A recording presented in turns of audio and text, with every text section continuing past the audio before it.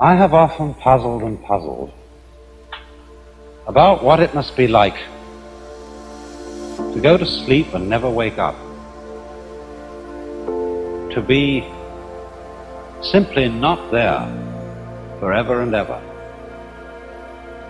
After all, one has some intimation of this by the interval that separates going to sleep from waking, when we don't have any dreams but go to sleep, and then suddenly we're there again, and in the interim there was nothing. And if there was never any end to that interval, if the waking up didn't happen, that's such a curious thought. And yet, you know, I believe that although that's rather gloomy kind of consideration, I've found that's one of the most creative thoughts I ever thought in my life, and I keep going back to it.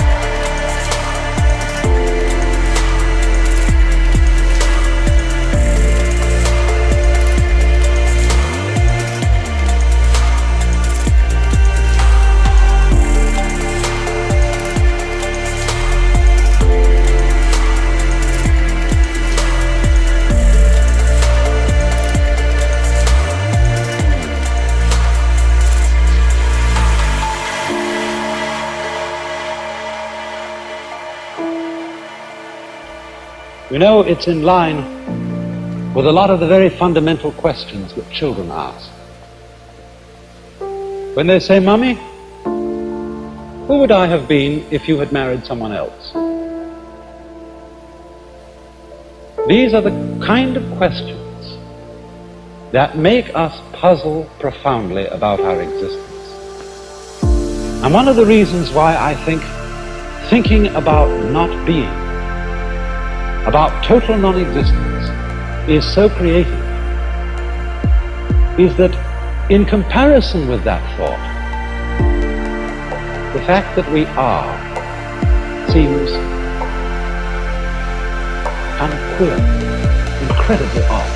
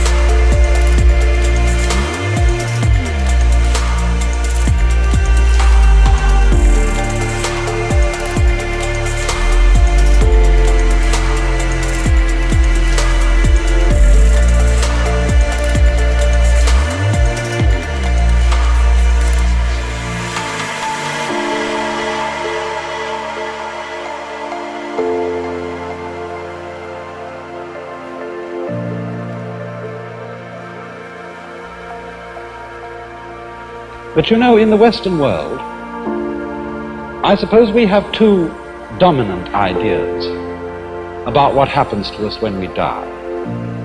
There's the old-fashioned idea that after we die, we go to another world. I say old-fashioned, not to say it's out of date. We don't know what the answer to this is.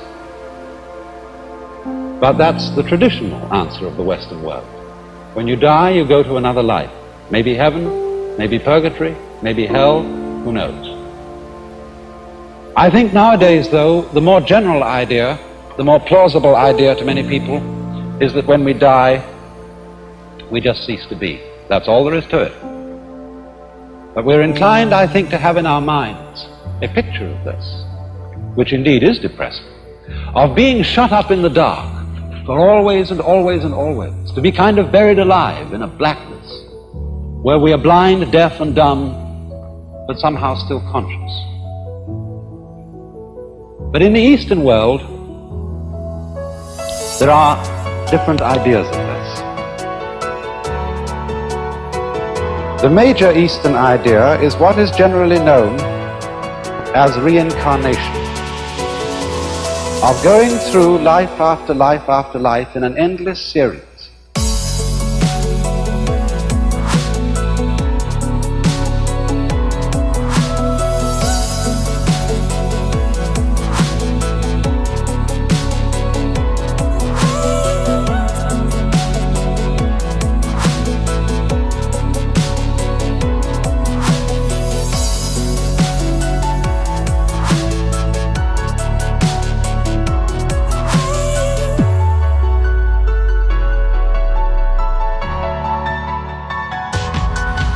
Now, of course, when any idea like that is explained, the first thing that we ask is it true?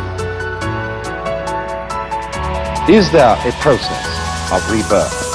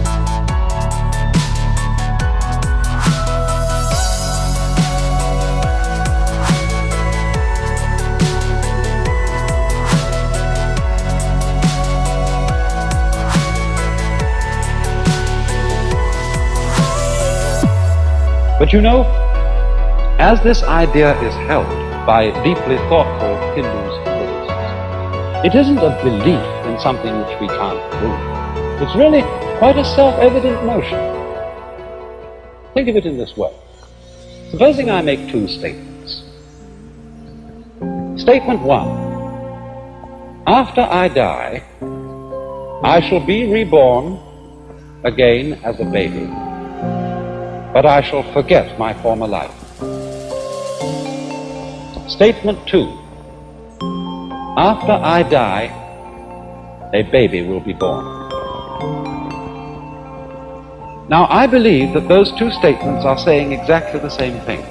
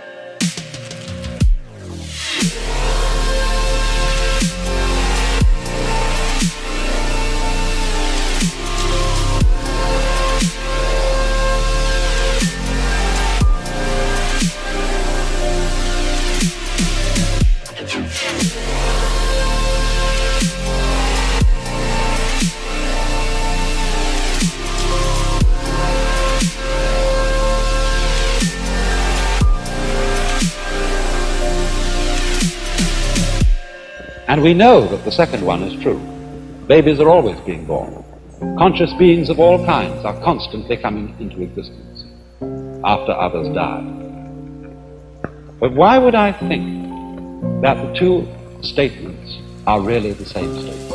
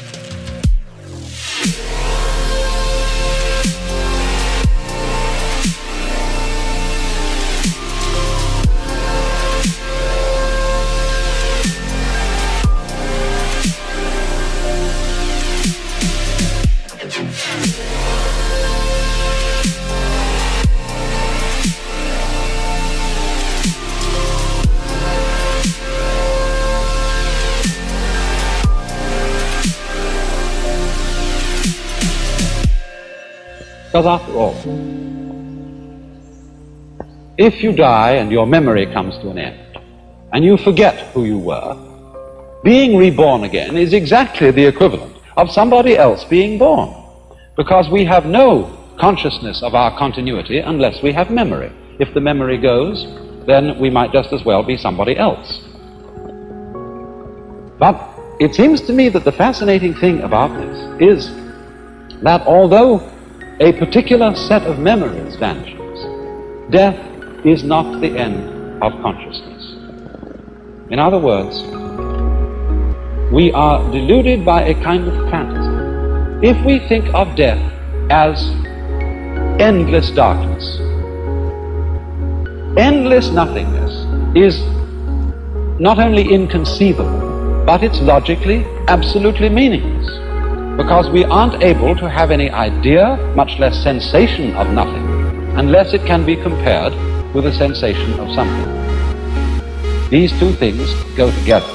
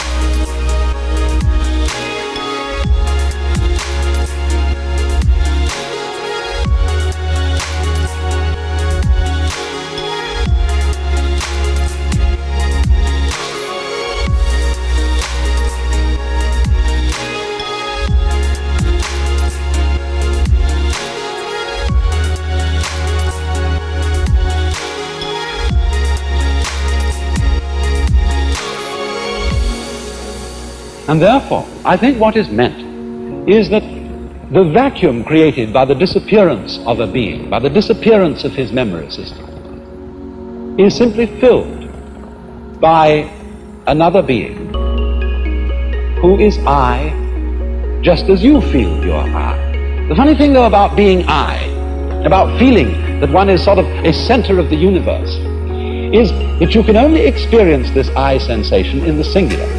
You can't experience being two or three eyes all at the same time. Now then, it seems to me that this idea has three very important consequences. One is that the disappearance of our memory in death is not really something to be regretted. Of course, everybody wishes to hold forever to the memories and to the people and the situations that he particularly loves. But surely, if we think this through, is that what we actually Do we really want to have those we love, however greatly we love them, for always and always and always and always? Isn't it inconceivable that even in a very distant future, we wouldn't get tired of it? And this indeed is the secret of the thing. This is why the demon of impermanence is beneficent. Because it is forgetting about things that renews their wonder. Just think, when you opened your eyes on the world for the first time as a child, how brilliant colors were. What a jewel the sun was. What marveled the stars. How incredibly alive the trees were. That's all because they were new to your eyes.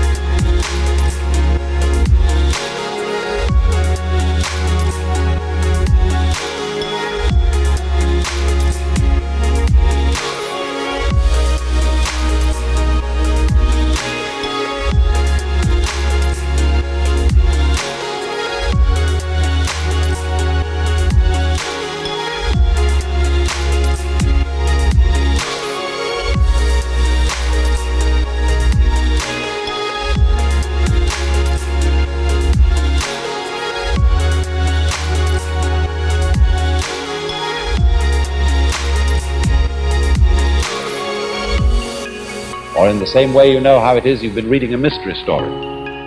And you're looking around the house, you want something to read, you pick up an old mystery story.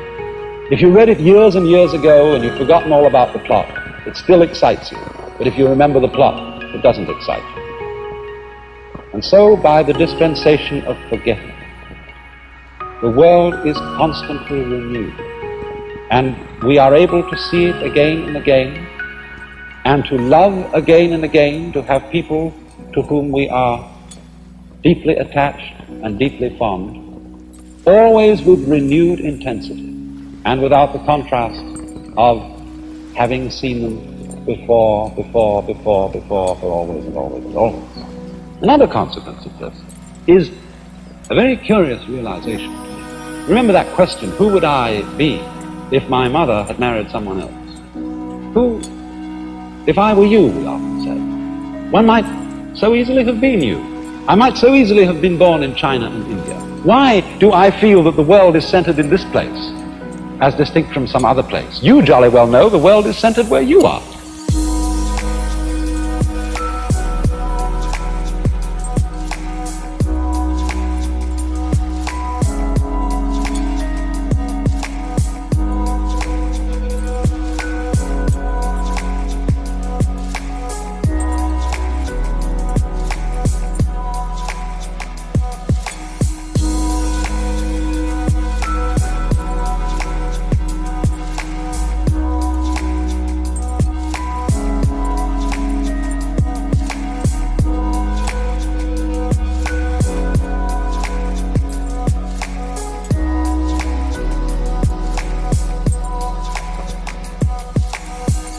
And this gives one a very strange feeling of the idea that other people jolly well exist in the same sense you do. Everybody's name is I.